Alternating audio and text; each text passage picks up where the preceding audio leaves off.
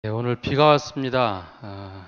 우리 봄비인데요. 우리 마음에도 성령의 단비가 듬뿍 내리기를 간절히 바랍니다.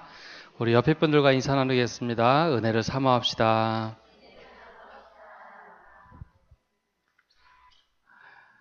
지난주 말씀을 잠깐 보고 오늘 또 오늘 말씀으로 들어가겠습니다. 우리 사순절 둘째 주간을 보내고 있는데요. 욥기와 하박국 말씀을 통해서 하나님을 경외하는 마음에 대해서 함께 말씀을 나눴습니다. 우리의 신앙이 종교 생활이 아니라 말 그대로 신앙 생활로 살아갈 때 하나님을 경외하는 삶에부터 출발하게 됩니다. 하나님을 경외하는 삶, 이것은 하나님 앞에서 살아갈 때 출발하게 되고 가능하게 됩니다. 라틴어로 코람데오라고 하는데요. 하나님 앞에서 우리가 지금 예배드리는 것도 또 예배를 끝나고 밖으로 나갈 때도 하나님 앞에 거하는 것이고 또 우리가 일상의 삶을 살아가는 것도 하나님 앞에서 살아가는 것, 그때 비로소 하나님을 경외한다 할 수 있습니다. 예배 때만, 이 공예배 때만 하나님을 찬양하는 것이 아니라 일상의 삶에서 하나님을 끊임없이 경외하며 살아가는 것, 즉 내가 늘 하나님 앞에 살아간다라고 고백할 때 가능합니다. 욥은 하나님 앞에서 살아가는 삶이었기에 온전하고 또 매사에 정직하고 악에서 떠난 삶을 지켜나갑니다. 그는 늘 하나님을 의식하며 살아갑니다. 욥 시대에는 우리가 생각하는 그런 예배가 있는 시대가 아니었죠. 그렇게 그가 늘 하나님을 경외하며 살아갔기에 또 하나님 앞에서 살아간다고 했기에 그는 정직하고 또 온전하고 악에서 떠난 삶이었습니다. 그것을 잘 보여준 예로 보네포 목사님의 옥중서신의 그 문구를 지난주에 알려드렸습니다. 우리는 하나님 앞에서 하나님과 함께 또 하나님 없이 살고 있다라는 이야기입니다. 늘 하나님 앞에 살아가는 것, 또 하나님과 함께 살아가는 것. 그러나 마지막 문구처럼 하나님 없이 살아간다는 것은 하나님이 계시지 않다는 말이 아니라 내가 책임을 지고 하나님께 다 탓하면서 살아가는 것이 아니라 하나님께서 이거 안 해주셔서 하나님이 도와주지 않으셔서 탓하는 삶이 아니라 내 믿음의 책임을 내가 지되 그 여전히 하나님 앞에서 하나님과 함께 살아가는 모습을 하나님이 없는 것처럼 살아간다라고 말씀을 드렸습니다. 보네포는 그렇게 죽으면서까지 이 고백을 하고 있죠. 두 번째, 하나님을 경외하는 마음은 조건으로 하나님을 믿는 것이 아니라 하나님을 나의 하나님으로 고백하는 삶이 바로 하나님을 경외하는 삶입니다.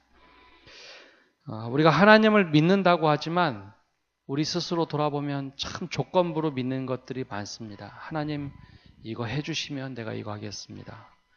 내가 이렇게 간구하는 거 들어주시면 이거 하겠습니다. 라는 고백이 많습니다. 사탄이 하나님께 대화하다가 이렇게 얘기합니다. 욥이 까닭 없이 하나님을 경외하리이까. 이 사탄의 질문에는 우리에게 도전하는 또 우리에게 속삭이는 이야기들이 있습니다. 하나님을 조건으로 믿는 것이 합리적이고 이성적이다라고 끊임없이 우리들에게 속이며 도전을 합니다. 사탄은 자신의 생각을 우리에게 불어넣으면서 우리가 하나님을 믿는 이유, 까닭이 있어야 된다 말하면서 하나님을 믿는 것은 하나님께서 우리의 기도를 들어주셔야 또 우리에게 해주시는 것이 있어야 믿는 것이다 라고 끊임없이 속삭입니다. 그 말을 반대로 확 뒤집어 보면 그 조건이 깨지면 과연 우리가 하나님을 믿을 수 있는가라는 끊임없는 질문을 또 유혹을 하게 되죠. 욥은 이 유혹의 도전을 거부했습니다. 하나님이 모든 것의 주인이시다라는 고백을 하죠. 그래서 그가 이렇게 고백을 합니다. 내가 모태에서 알몸으로 나왔사온즉 또한 알몸이 그리로 돌아가올지라 주신 이도 여호와시오 거두신 이도 여호와시오니 여호와의 이름이 찬송을 받을지니이다. 하박국도 동일한 고백을 합니다. 비록 무화과 나무가 무성하지 못하고 포도나무에 열매가 없으며 감람나무에 소출이 없으며 밭에 먹을 것이 없으며 우리의 양이 없으며 외양간에 소가 없을지라도 나는 여호와로 말미암아 구원의 하나님으로 말미암아 기뻐하리로다. 이것이 조건으로 믿는 것이 아니라 하나님을 나의 하나님으로 고백하는 것, 이것이 하나님을 경외하는 삶입니다. 우리에게 바로 이러한 고백 속에서 넉넉히 유혹을 이기며 사탄의 시험을 이기는 특권을 갖고 살아가는 성도가 되시기를 간절히 바랍니다. 오늘 아까 읽었던 사도행전 말씀을 조금 더 들어와 봅니다. 교회란 무엇인가 라는 제목을 달아보았는데요. 이 초대교회의 모습을 통해서 교회에 대한 이야기를 조금 더 나누고자 합니다. 42절 말씀 함께 다시 한번 읽어보겠습니다. 42절입니다. 그들이 사도의 가르침을 받아 서로 교제하고 떡을 떼며 오로지 기도하기를 힘쓰니라. 아멘. 지난주에는 사도들의 가르침에 대해서 말씀을 나눴다면 오늘은 교제하고 떡을 떼며 기도에 대한 말씀을 계속해서 나누고자 합니다. 이 말씀을 이해하기 위해서 조금 상상하며 그림을 그려보셨으면 좋겠는데요. 당시에 예루살렘에는 이미 거주하던 사람들이 있습니다.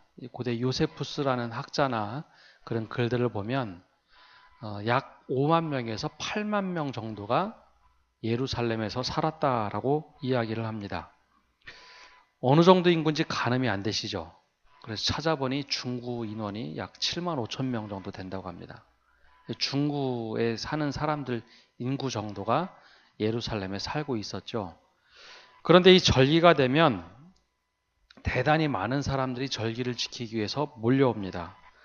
얼마나 많이 몰려왔냐면 명절이 되면 곳곳에 그들이 천막을 치고 자기 시작하고 모든 골목골목마다 사람들이 부딪힐 만큼 사람들이 많이 모였다고 합니다.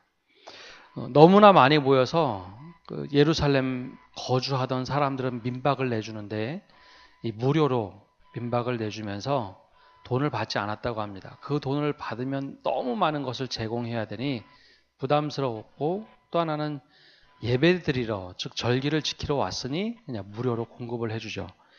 그러면 그때 순례객들은 하나님께 드렸던 그 양의 가죽들을 굳이 가져갈 필요가 없으니 그 집주인에게 그냥 하룻밤 머무는 싹수로 주곤 했다고 합니다. 탈무드에 의하면 유월절에 너무나 많은 사람이 모여서 예루살렘에 이렇게 많은 사람이 모일 수 있는 것은 기적이다라고 할 만큼 많은 사람이 모였다고 합니다. 그러던 날 약 10만에서 12만, 원래 5만에서 8만 명이 모여 사는 곳인데 약 10에서 12만 명이 모여서 북적북적 거릴 때 바로 오순절 사건이 나타났습니다. 베드로의 설교 한 번으로 4천 명의 사람들이 몰려왔지요. 한번 자막 한번 그림 띄워주시면 보이시려나 모르겠는데요. 저 오른쪽 왼쪽 구석을 보면 이방인의 뜰과 행각이라는 단어가 있습니다. 혹시 보이시나요? 네, 그 행각을 솔로몬의 행각이라고 하는데 보통 랍비들이나 사람들이 연설을 할 때 저기 가서 연설을 합니다. 즉 베드로도 아마 저 곳에 가서 설교를 했다라고 학자들은 이야기합니다. 그러면 저 이방인의 뜰에 약 수천 명의 사람들이 모일 수 있는데 그때 사람들이 말씀을 듣고 회심을 했다라고 학자들은 보고 있죠. 반대로 저 양문 앞에 안토니 요새라고 되어 있는 곳은 그때 예수님이 신문당한 그 앞부분을 얘기합니다. 저 요새라고 하는 곳은 로마 군인들이 지키고 있다가 사람들이 많이 모이면 특이한 일이 발생하는 경우가 있죠. 폭동이 날 수 있죠. 그러면 저 요새 군인들이 있다가 빠른 시간 내에 진압하기 위해서 늘 군인들이 상주했던 곳입니다. 즉 빌라도는 안토니오 요새 쪽에서 보통 연설을 하고 일반인들은 저쪽 행각 쪽에서 연설을 했다라고 보시면 됩니다. 그래서 이 수천 명의 사람들이 말씀을 듣고 회심할 수가 있었죠. 약 10만 명의 사람들이 모여있는 가운데 4천 명이 회심을 했다. 약 4% 정도가 갑자기 변화를 받은 것이죠. 많은 숫자인가요? 적은 숫자인가요? 사실 가늠이 잘 되지 않습니다. 이 중국에 처음 복음이 들어와서 갑자기 4천 명의 사람들이 예수님을 믿고 교회를 만들었다면 이 중구 지역에 큰 충격이었을 겁니다. 뭐 지금은 교회가 많아서 그러려니 하지만 예루살렘에도 큰 충격이었죠. 문제는 예루살렘에 모였던 사람들은 유월절과 그리고 오순절을 지키기 위해서 몰려들었던 사람입니다. 원래 거기에 5만에서 8만 명의 사람이 있고 3, 4만 명이 더 몰려들었죠. 원래 순례객들은 한 달 정도 이상 먹을 것을 가지고 여비를 가지고 이곳에 와서 절기를 지켰습니다. 근데 베드로의 설교를 듣고 고향에 내려가자니 그 말씀을 계속 듣고 저 말씀이 진리다 공감을 하기 위해서 그 자리에 머무르기를 원했습니다. 세례도 받아보았죠. 그들이 끊임없이 예루살렘에 머물면서 말씀 듣기를 원했습니다. 절대 빈곤의 시대에 4천 명의 사람들이 함께 모여서 먹거리를 책임지고 또 잠자리를 책임진다는 것은 쉬운 일이 아닙니다. 그러나 초대교회에 이 처음 모였던 사람들은 그때 비로소 깨닫습니다. 예수님께서 예전에 하셨던 말씀을 깨닫는데 주님을 믿는 사람들이 바로 형제라는 것, 가족이라는 것을 깨달았습니다. 그래서 그들이 했던 일이 바로 44절과 45절에 나옵니다. 함께 읽어보겠습니다. 믿는 사람이 다 함께 있어 모든 물건을 서로 통용하고 또 재산과 소유를 팔아 각 사람의 필요를 따라 나눠주며. 아멘. 믿는 사람이 다 함께 있었다는 것은 4천 명이 다 함께 모여서 살았다는 이야기는 아니고요. 그들이 함께 모이기를 쉬지 않았다라는 표현입니다. 아까 제가 머릿속에 한번 상상을 해보시라고 했는데요. 이미 예루살렘에는 사람들이 살고 있었고 여행객들이 와서 천막을 치고 살거나 민박을 했습니다. 4천 명의 사람들 중에 많은 사람들은 이미 예루살렘에 살던 사람들이고 아마 몇 명인지는 모르지만 순례객들도 거기에 상당수가 있었습니다. 그러자 그렇게 함께 모여서 살기로 다짐하니 먹는 것, 입는 것 모든 것이 문제가 됩니다. 그 전에 사도들의 가르침을 꾸준하게 받던 이들이 누가 시키지도 않았는데 모든 물건을 서로 통용하기 시작했습니다. 형제가 된 거죠. 예전에는 그냥 우리 유대인 민족 공동체였다면 예수님을 믿는 사람들이 새로운 영적인 가족이 됐습니다. 자신의 물건을 서로 나누기 시작했습니다. 대체적으로는 순례객들이 물건을 나눈 것이 아니라 예루살렘에 있던 그 히브리파 유대인들이 자신의 물건을 나눠주기 시작했습니다. 또 재산과 소유를 팔아 각 사람의 필요를 따라 나눠줬다라고 하는데 재산은 일반적으로 토지를 말합니다.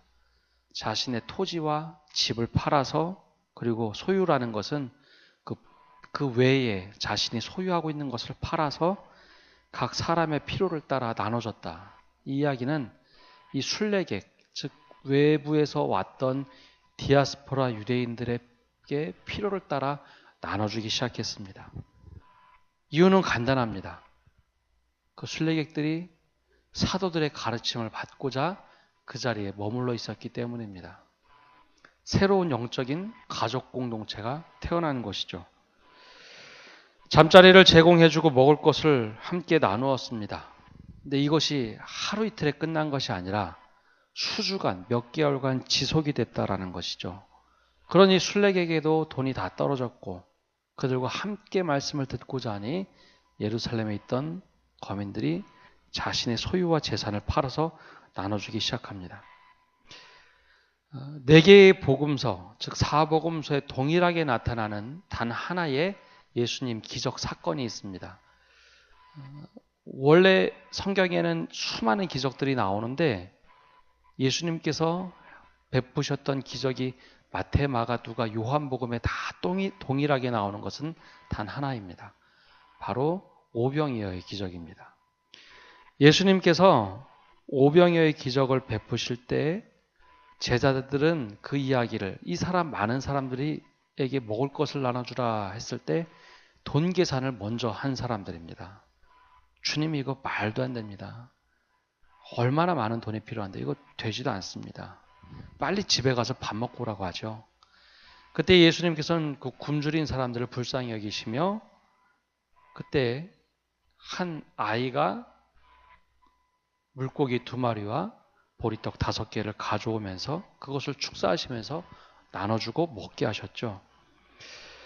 주님께서 오병이어를 통해서 만나의 기적 사건을 베풀어 주셨다면 이 초대교회는 그 표적과 기사를 뛰어넘어서 본인들이 직접 그 표적과 기사를 넘어서는 일들을 한 것이 바로 오병이어의 재해석된 사건입니다. 즉 자신들의 물건을 통용하고 또 재산과 소유를 팔아 나눠진 겁니다. 사도들이 강요하지 않았습니다. 사도들은 그저 선지자의 강령인 하나님 사랑과 이웃 사랑을 이야기하고 예수님께서 무슨 말씀을 하셨는지 그것을 가르쳤을 뿐입니다. 그러자 거기에 감동된 사람들이 우리가 하나의 형제가 됐고 자매가 된 가족이니 이것을 팔아서 나눠줬던 사건이 오늘 사도행전 2장 마지막에 나오는 사건입니다. 자발적으로 누가 물질이 필요한지 살펴보았기에 각자의 필요에 따라 나눠줬다고 했습니다. 사실 이 일은 한국 초기 교회 역사에도 많이 등장을 합니다. 1900년 초에 그리고 구한 말에 교회가 처음 시작이 될 때 이런 일들이 참 많았습니다. 교회에 많은 사람들이 몰려오자 자신의 땅을 팔아서 사람들을 먹이고 교회를 직구하는 일들이 정말 많았습니다. 말씀 그대로 한 것이죠. 이것은 영적으로 보면 돈이라는 만문신이 하나님 앞에서 굉장히 무기력해진 사건이기도 합니다.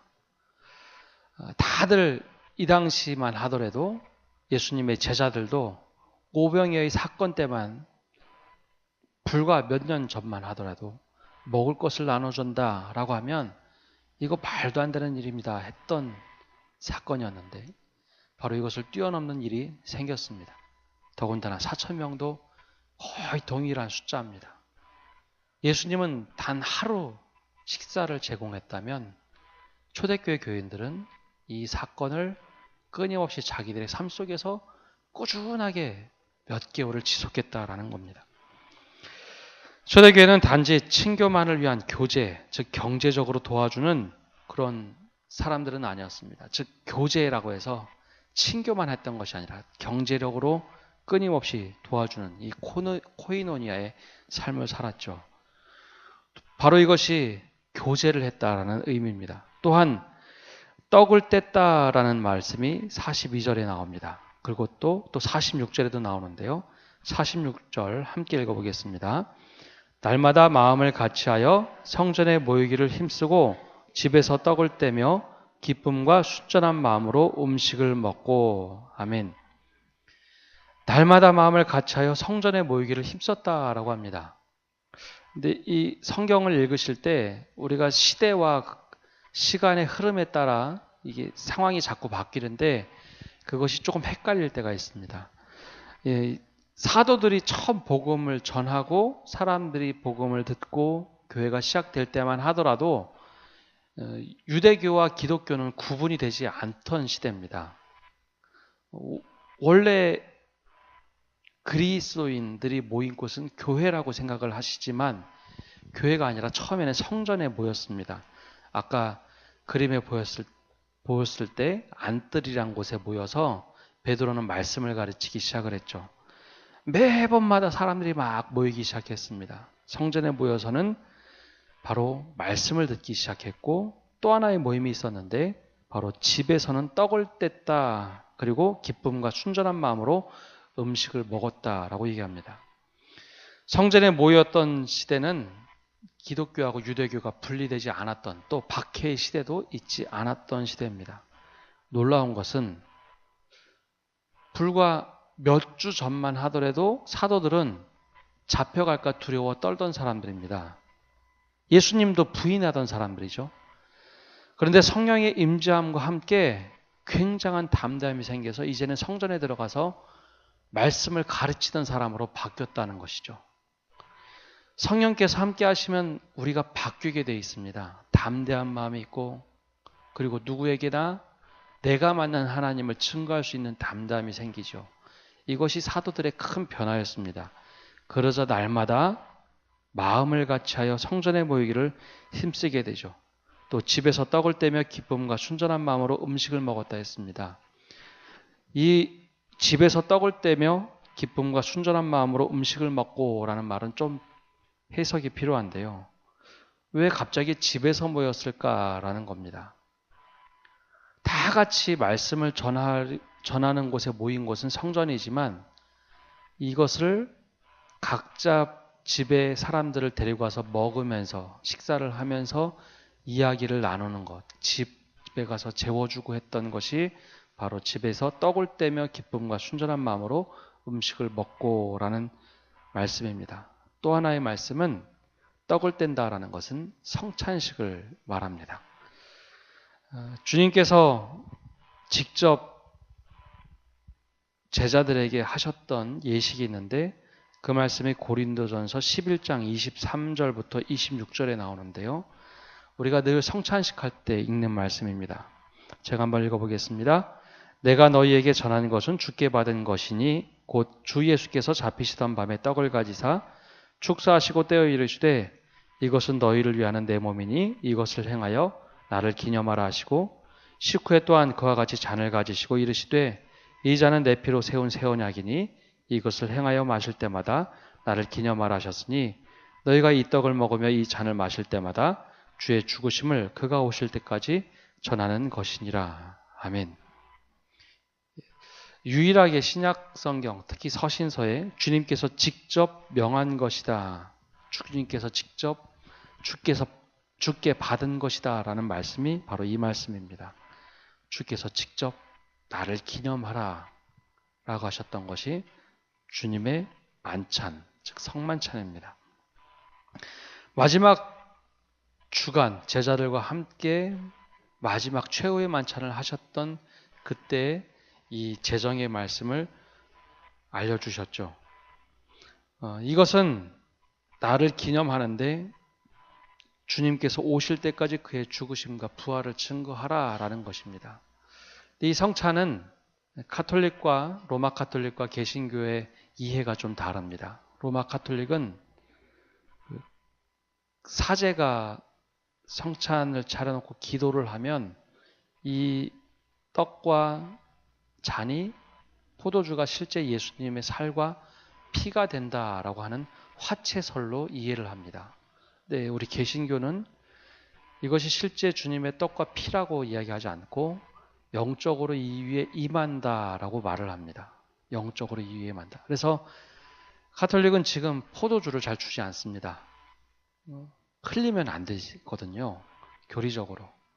그래서 이걸 흘리게 되면 사제가 이걸 다 핥아 먹어야 됩니다. 절대 흘리거나 하면 안 됩니다. 교리적으로 다르기 때문이죠. 우리는 이것이 성령과 함께 내 몸으로 역사하여서 마치 음식을 먹으면 외부의 것이 내가 소화를 해서 내 몸이 되는 것처럼 영적으로 하나님께서 임하셔서 성령께서 임하셔서 주님의 몸이 되고 그리고 주님의 피가 내 안에 임한다라고 이해를 합니다. 그래서 성찬이라는 것은 주님께서 직접 제정하신 것이기에 가장 중요한 성례전 두 가지, 바로 성찬 성례전이 있어야 되고 세례 성례전이 있는 곳이 교회입니다. 교회인데 성찬과 세례가 없다라고 하면 그것을 교회라고 할 수가 없습니다. 반드시 교회는 성찬과 세례를 주는 성례전이 있어야 합니다. 이것을 교회라고 얘기합니다. 그리고 또 하나는 그 당시에 교회들은 바로 초대교회는 애찬을 했습니다. 같이 음식을 먹는 것을 했는데요. 원래 초대교회 성찬은 따로 이렇게 구별되어서 성찬하는 것도 있었지만 식사와 함께 이 성찬식을 하던 교회이기도 했습니다. 초대교회 성도들이 모였는데 문제가 이제 차츰차츰 생기기 시작합니다. 이 4,000명 가운데는 귀족도 있을 테고 종도 있을 테고 더 밑에 노예도 있었습니다. 그러면 한 자리에 모여서 식사를 할 수 있을까요? 없을까요? 이게 주의 성찬의 큰 능력이고 놀라운 사건입니다. 그 앞에서는 누구나 다 똑같았죠. 문제는 이제 애찬이 문제였습니다. 같이 식사를 하는데 우리가 조금 전에 읽은 말씀이 고린도전서 11장 23절에서 26절까지 우리가 말씀을 읽었는데요. 그 밑에 애찬에 대한 이야기를 하면서 사도 바울이 지적하는 이야기가 있습니다. 30절부터 34절 중에 제가 32절까지는 제가 읽고요. 33절, 34절은 함께 읽겠습니다. 그러므로 너희 중에 약한 자와 병든 자가 많고 잠자는 자도 적지 아니하니 우리가 우리를 살폈으면 판단을 받지 아니하려니와 우리가 판단을 받는 것은 주께 징계를 받는 것이니 이는 우리로 세상과 함께 정죄함을 받지 않게 하려 하심이라. 함께 읽겠습니다. 그런즉 내 형제들아 먹으러 모일 때에 서로 기다리라. 만일 누구든지 시장하거든 집에서 먹을지니 이는 너희의 모임이 판단받는 모임이 되지 않게 하려 함이라. 그 밖의 일들은 내가 언제든지 갈 때에 바로 잡으리라. 아멘. 얼핏 읽으면 이게 확 안 와닿습니다. 이 배경을 모르면. 주의 성찬과 애찬은 같이 이루어졌는데 문제는 초대교회가 시작이 되면서 같이 밥을 먹는데 문제가 생겼습니다. 귀족들이나 아니면 부유한 사람들은 일을 자기가 다 끝내지 않고 저녁에 함께 모일 때 미리 와서 그 모이는 장소에 와서 기다리게 됩니다. 근데 문제는 종들과 노예들은 그 시간까지 올 수가 없는 거죠. 자신이 맡은 일을 다 끝내고 나서 그 모임 장소에 올 수가 있죠. 근데 식사를 하는데 이 부유한 사람들과 귀족들이 함께 모여서 예배를 드리고 할 때 먼저 모여서 뭐를 할까요? 식사를 하는 겁니다. 식사를 그때 남기면 좋은데 다 먹는 거죠. 그 이야기입니다. 그런즉 내 형제들아 먹으러 모일 때에 서로 기다리라. 교회라면 우리가 서로 형제 됐다면 이게 되게 사소한 것 같은데요. 서로 기다려서 다 같이 먹으라는 얘기입니다. 그러면 34절에 만일 누구든지 시장하거든 집에서 먹을지니 즉 귀족들한테 하는 얘기입니다. 너희들이 먼저 와서 배고프다면 그 집에 와서 다 빨리 먼저 먹자 강요하지 말고 집에서 먹고 와라라는 얘기입니다. 이는 너희의 모임이 판단받는 모임이 되지 않게 하려 함이라. 즉 너희들이 먼저 먹어서 야 늦게 온 사람들이 먹고 싶은데 우리 스스로 구별하고 분리하는 모임으로 만들지 말라는 겁니다. 성경에 이렇게 사소한 것까지 이야기한다는 것이 놀랍죠. 근데 먹는 것 가지고 구분 짓는 게 제일 치사한 일입니다. 사실 이것 때문에 분란 나는 경우가 있죠. 아무도 없는 것처럼 보시지만 이거 먹는 거 하나에 빠뜨리면요. 처음엔 서운하다가 나중에는 화가 납니다. 이 초대교회의 사도 바울의 이야기를 괜히 한 게 아닙니다. 먹는 거 아무리 사소한 것 같은데요. 귀족층과 평민들과 하인을 구분했던 사건이기 때문에 그렇습니다.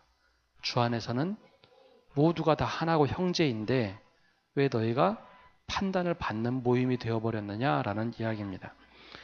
그래서 초대교회에 너희가 집에서 떡을 떼며 기쁨과 순전한 마음으로 음식을 먹었다는 것이 그냥 우리는 한 줄로 딱 읽어버리지만 굉장한 의미가 있는 겁니다. 귀족들도 와서 함께 먹고 종들도 함께 먹고 노예들도 함께 같은 식탁에 앉아서 같이 밥을 먹었다는 겁니다. 그리고 그들의 호칭은 형제입니다. 한국교회는 여기에 두 가지 양면성이 다 있었습니다. 한국교회 저쪽에 있는 모 교회, 이게 녹화가 되기 때문에 그 교회 이름 얘기하면 싫어해서요. 양반교회가 있었는데요. 거기 하인이 장로님이 됐습니다. 그래서 교회가 쪼개졌을까요? 하나가 잘 됐을까요? 예, 그 교회는 쪼개졌습니다. 양반들이 우리 교회는 하인이 장로 되는 것을 인정할 수 없다 해서 다 나간 교회가 있습니다. 거꾸로 종이었던 사람이 그 집의 하인이었던 사람이 장로가 된 경우가 있습니다. 그 교회에 먼저 출석한 분은 그냥 평신도였고 그분을 먼저 장로가 되게 했죠.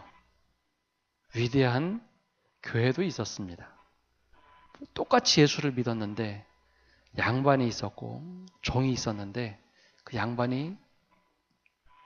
양반과 종이 똑같이 교회를 다니다 장로 투표를 했는데 종이 장로가 먼저 됐습니다. 그때 주인 그 양반이 깍듯하게 교회에서 장로 대우를 했고 나중에 공부를 시켜서 나중에 목회자가 되죠. 우리 교단에서 2번인가 3번 총회장을 했던 굉장히 훌륭한 분들이었습니다. 한국교회는 사실 이 양면이 다 있었습니다. 중요한 것은 교회가 된다는 것은 이런 구분을 깨뜨렸기 때문에 가능했고 서로 존중해줬기 때문에 가능한 일이었습니다. 그래서 날마다 마음을 같이하여 성전에 모이기를 힘쓰고 집에서 떡을 떼며 기쁨과 순전한 마음으로 음식을 먹었다는 것 한 줄이지만 이러한 모습들 때문에 바로 47절의 이야기가 나옵니다. 47절의 이야기 함께 읽어보겠습니다. 하나님을 찬미하며 또 온 백성에게 칭송을 받으니 주께서 구원받는 사람을 날마다 더하게 하시니라. 아멘. 그 전에 42절의 마지막에 초대교회의 또 하나의 가르침은 기도였습니다. 기도. 그래서 4가지가 초대교회는 균형을 잡았는데 첫 번째가 사도의 가르침이었고 두 번째가 교제. 교제는 그냥 단지 성도들의 친교가 아니었습니다. 경제적으로 끊임없이 서로 물건을 통용하고 재산과 소유를 팔아 각 필요를 나눠주는 엄청난 교제를 했고 또 하나 떡을 떼며 주의 만찬을 성만찬을 하고 애찬을 하는 교회, 또 오로지 기도하는 교회. 기도라는 것은 또 말씀이라는 것은 2개가 동일하게 중요한 일입니다. 말씀만 강조하면 메마르기 쉽습니다. 사람이 굉장히 건조해집니다.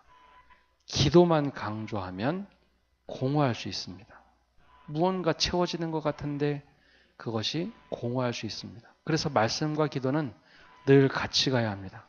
더 나아가서 교제와 떡을 뗐다는 것, 특별히 교제라는 것은 말씀을 들은 것을 가지고 실천하지 않으면 내 말씀이 되지 않습니다. 신학에서는 그런 표현을 쓰는데요. 신학에서 제일 잘못된 신학 공부하는 것은 신학한다라고 표현하는데 신학을 공부하고 교회로 오지 않고 신학으로 생각하고 신학으로 끝나는 것을 제일 위험한 신학이라고 얘기합니다. 신학은 교회를 위해서 공부하는 것인데 신학을 공부해서 교회로 내리지 않고 신학적인 사유를 하고 신학으로 끝나는 것을 제일 위험하다고 합니다. 간혹 말씀을 볼 때 말씀을 보고 말씀으로 이해하고 실천은 없고 끊임없이 말씀으로 맞아 공감만 하면 내 몸의 신앙에 그 근육이 생기지 않습니다. 말씀에 내가 실천해보고 내가 도전을 해보고 해봐야지 이것이 내 말씀이 되고 내 몸이 기억하는 말씀이 됩니다. 근데 웬일인지 현대교회에서는 말씀을 듣고 공감을 하고 끊임없이 말씀으로만 사유하고 행동으로 옮기지 않기 때문에 자꾸 들은 말씀은 많은데 흔히 하는 말, 머리만 커져서 실제로 실천되지 않는 말씀이 됐다라는 것이죠. 그래서 사도의 가르침과 교제와 성례전과 기도는 다 골고루 중요합니다. 자칫 하나만 강조하면 왜곡된 신앙이 될 수 있기 때문이죠. 그렇게 하다 보니 초대교회가 놀라운 일이 벌어졌는데 바로 하나님을 찬미했다. 즉 유대인도 하나님을 찬미하고 그리스도인들도 하나님을 찬미했는데 그 다음 놀라운 일이 벌어집니다. 온 백성에게 칭송을 받았다라는 것이죠. 이 말씀을 잘못 읽으면 하나님을 찬양하니 라고 읽습니다. 하나님을 찬양하니 백성에게 칭송받았다고 하는데 그 얘기가 아니라 하나님께 찬양을 드리고 또 백성에게도 칭송을 받았다. 그럼 왜 칭찬을 받았는가? 바로 앞에 나오는 말씀들 때문에 그렇습니다. 자기들도 예루살렘에 있는 거민들을 책임지지 못하고 순례객들 책임지지 못하는데 교회는 어떻게 했나요? 자신의 재산을 팔아서 소유를 팔아서 다 먹이고 재우고 공동체를 하기 시작했습니다. 절대 빈곤의 시대에 놀라운 일이 벌어진 것이죠. 그러니 사람들이 우리도 하지 못하는 것을 저 예수 믿는 사람들이 더군다나 서민들이 저런 일을 할 수 있는가? 칭송을 받으니 그때의 결과가 주께 구원받는 사람을 날마다 더하게 하시니라. 사실 이게 초대교회의 전도 방법이었습니다. 막 나가서 전도한 것도 있겠지만 하나님을 찬양하고 우리가 사람들에게 칭찬받는 삶을 살다 보니 날마다 하나님께서 구원받는 사람을 더하게 하셨다라는 겁니다. 이 건강한 교회라는 것은 우리가 건강한 신앙생활을 하고 하나님을 바르게 믿고 하나님 사랑과 이웃 사랑을 끊임없이 그냥 하면 저절로 하나님께서 날마다 구원받는 사람을 더하게 하시는 것이 건강한 교회입니다. 저는 사실 이 말씀을 대단히 좋아합니다. 교회가 교회의 역할만 바르게 하면 교회는 하나님께서 만드신 몸이기 때문에 또 유기체이기 때문에 스스로 성장하게 되어 있습니다. 우리가 억지로 막 성장시키려고 하지 않아도 우리가 말씀을 듣고 변화된 삶으로 막 밖에 나가 살고 우리에게 소망에 관한 이유를 물으면 그 소망에 관한 이유를 준비해서 이야기하면 내가 만난 하나님 때문에 내가 만난 예수님 때문에 난 이렇게 산다라는 얘기를 끊임없이 하면 자연스럽게 우리를 통하여 복음이 증거가 됩니다. 그러나 우리가 의외로 그렇게 하기보다는 교회 갔다 와서 월요일날 사람들을 만나서 어제 교회 갔다 와서 힘들다라는 이야기를 의외로 많이 한다는 거죠. 내가 교회 갔다 와서 오늘 너무 힘들다라는 이야기를 하고 교회 때문에 속상한 일 많다라고 얘기하니 스스로 우리가 복음의 능력을 가로막는 일이 생겼다는 겁니다. 성도의 교제가 교회 안에서만 이루어졌다면 이런 역사가 나타나지 않았습니다. 그러나 성도의 교제가 교회에서만 이루어진 것이 아니라 이것을 뛰어넘어서 사람들을 흔들 만큼 역사가 이루어졌다는 것이죠. 그것이 백성에게 칭송받았던 교회입니다. 최근에 이제 10년 전부터 한국교회의 위기라는 얘기가 나오면서 우리 스스로 잘못한 부분들에 대해서 회개하고 바꿨어야 되는데 많은 사람들이 걱정하는 교회가 되었습니다. 그때 우리가 다시 한번 초대교회를 보면서 기억해야 할 것은 아주 기본에 충실했던 교회라는 겁니다. 말씀에 충실하고 온전히 기도하는 교회고 서로 교제하고 또 주의 만찬을 또 성만찬을 성례전을 했던 교회. 특별히 교제에 대한 부분이 길게 나왔습니다. 이것은 우리가 닮아가야 할 모습입니다. 그래서 초대교회로 돌아가자라고 한 것은 그 정신을 기억하고 그 정신대로 가자는 이야기입니다. 우리 교회가 하나님께 예배하는데 최선을 다하고 사람들에게 칭찬받는 교회 되기를 원합니다. 그래서 우리 교회가 저 교회 가니 사람들이 변하더라. 저 교회 가니 우리의 필요에 대해서 충분하게 얘기해주고 공급해주더라. 단지 그 물질적인 것만 얘기하는 것이 아닙니다. 내가 그 교회 갔더니 나의 영적인 것을 채워주더라. 이것은 교회는 목회자 혼자 만들어가는 것이 아니라 성도들이 함께 만들어가는 주의 몸된 공동체입니다. 이것이 부족하다 싶으면 함께 있는 자리에서 만들어 가시면 됩니다. 그것이 정말 좋은 교회입니다.